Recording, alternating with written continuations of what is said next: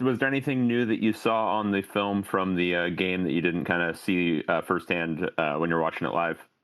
It was pretty much how I saw it. We started slow. That was the most disappointing thing. We were just a step late on a lot of things. Didn't use our three weapons, our eyes, our hands, and our feet. You have to do that every single play. And as the game went, you saw us getting a lot more comfortable. Defense, had a second half shutout. Offense, we were able to get some points on the board.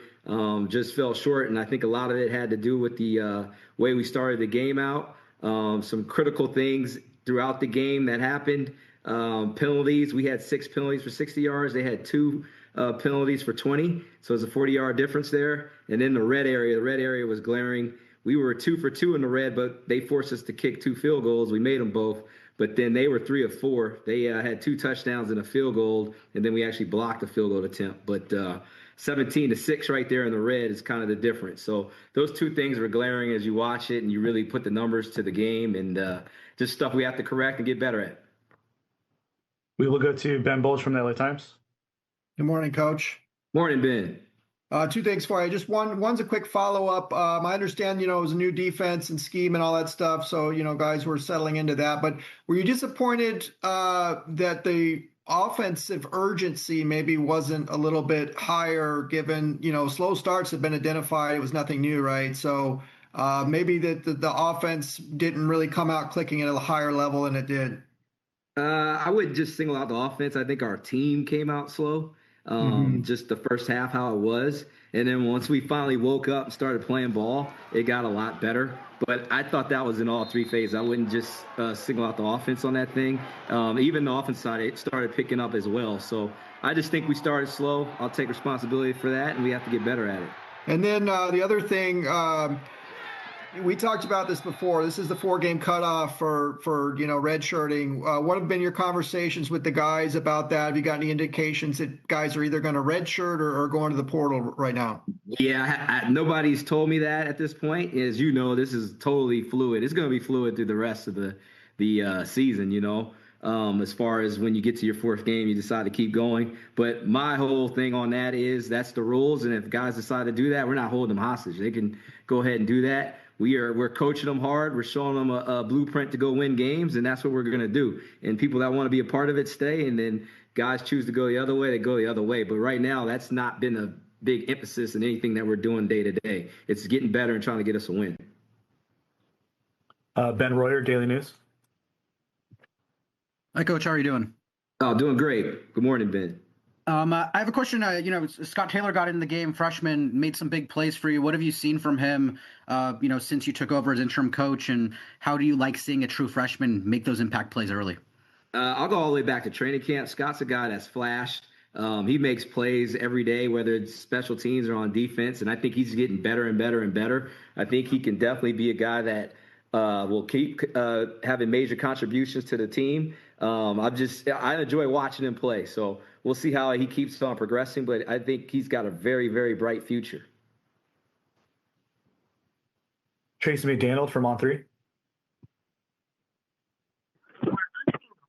Hey, Skip. Thanks for taking the time.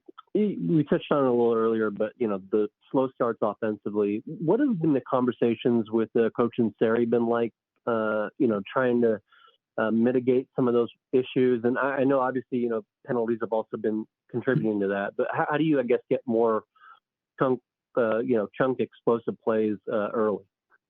Definitely, man. And I think it's all of it. It's our energy levels, our attention to detail. It's getting the ball to the playmakers. It's making people miss.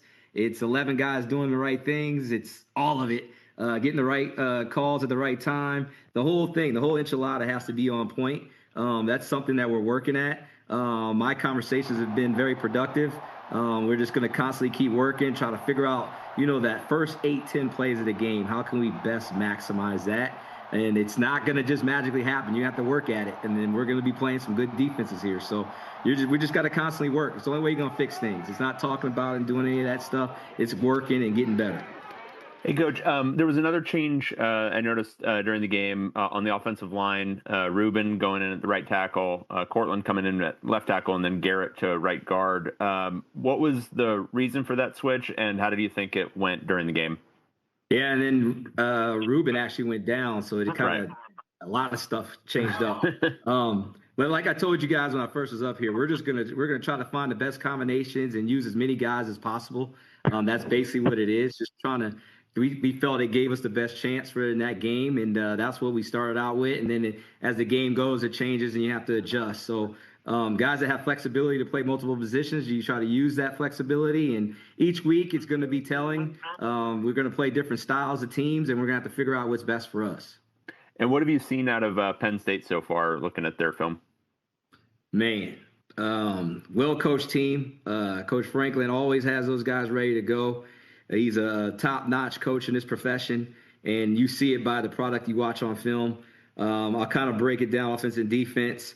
Their offense is going to give you a lot of eye candy. I mean, they're going to shift motion, and then they're going to do what they're going to do on the play. So you're going to have to be locked in. You're going to have to adjust to formations, and they run every formation, and they invent formations. They have offensive tackles out wide. I mean, it's going to be one of those games where we're going to have to lock into what we're doing and adapt to the formations and looks that they give us. They run every play in the book, every motion in the book, every shift in the book. So we're going to need to be ready for that. On defense, they're going to have their front four. They're a four-down operation. They're going to line up, and then they're going to disguise and move everybody that's behind them.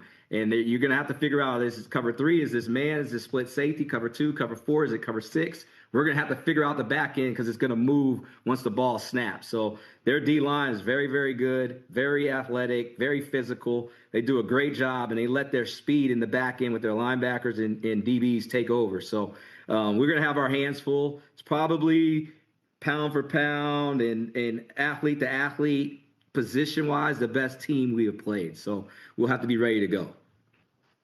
Okay, we'll try going back to Jill from the AP here. Hi, Coach. Second time is charm. Hello. Hi there. Your thoughts on your quarterback? How would you sort of assess his play over these first 4 games? Yeah, and I'm kind of just going to talk about the last game. I don't want to talk about the other 3. You know, I was more helping on Coach Foster, and on the defensive side, I wasn't particularly breaking down his game or anything like that. But I will say this about the game, this Northwestern game we just played. I thought he settled in nicely. I thought him running and taking some contact and getting hits actually helps him. I think he enjoys that part of the game. I think it settles him down. He feels more part of it. So I like the way he progressed as the game went. Obviously, like all games, there's plays he wish he could get back. But I like that we're not turning the ball over and we're being smart with it and doing things we need to do. So he'll keep getting better and better.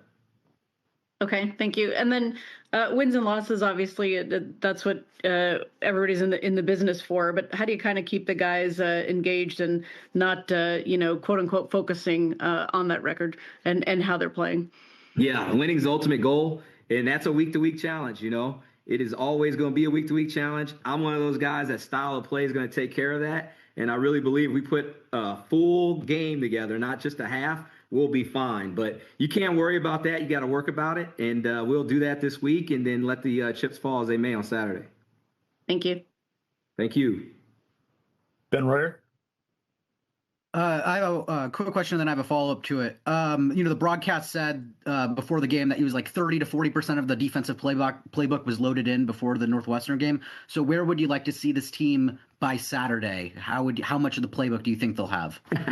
So this is kind of two-folded here, but Northwestern compared to Penn State as far as what they do schematically is totally different. So we're going to have a different plan and do different things. Probably how we are right now, we'll never just have the whole playbook in. We're going to game plan as we go week to week because we're going to play so many different offenses, so many different looks. Like Penn State's going to shift in motion and do a lot more things than what we saw last week. So we're going to get in what we need and think that's going to give us the best chance to win, and that's what we're going to roll with, and we'll adjust as the game goes. So I don't know that it's not going to, like, we don't have a spring ball, we don't have a training camp to throw in the whole playbook and then pick out what it's going to be. We're going to pick off of what we're seeing, what we need to use. And then the follow-up is, Kevin Coyle called plays, this last game. Is the plan for him to call plays going forward? Yes, yes. He was comfortable enough when he got here on a Sunday. First practice was Tuesday. Went Tuesday, Wednesday, Thursday, Friday. Friday, he was like, I can call it. I feel good about it. And he called it. So we'll move forward that way. Thought we did a good job on defense. Once we settled in, second half shutout, like I said, I think we were giving up 36 points per game on defense, and it was 17 that game. And then 431 yards, and then they cut it down to 314 yards. So I like where we're headed. Obviously, I know the defense very well. I know how we operate, and I think it'll get better and better.